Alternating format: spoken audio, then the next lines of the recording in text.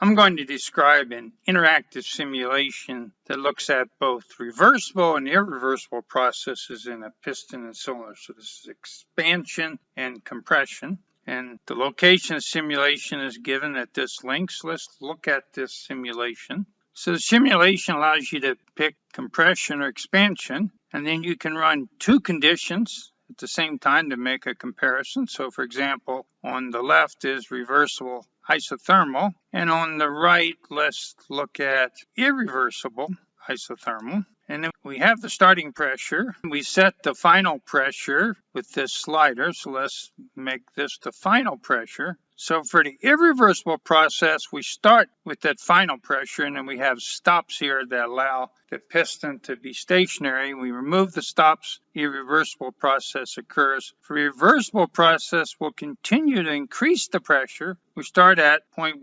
megapascals, and then we add weights, these blocks, until we get to 1.89 megapascals. So to carry out the simulation, we hit start.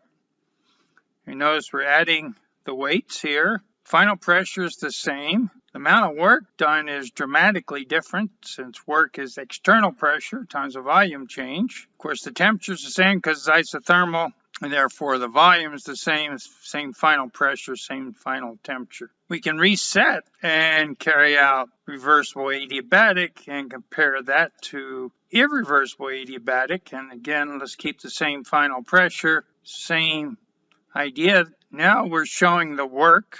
We're also showing the final temperature. Temperature increases as we add work to the system.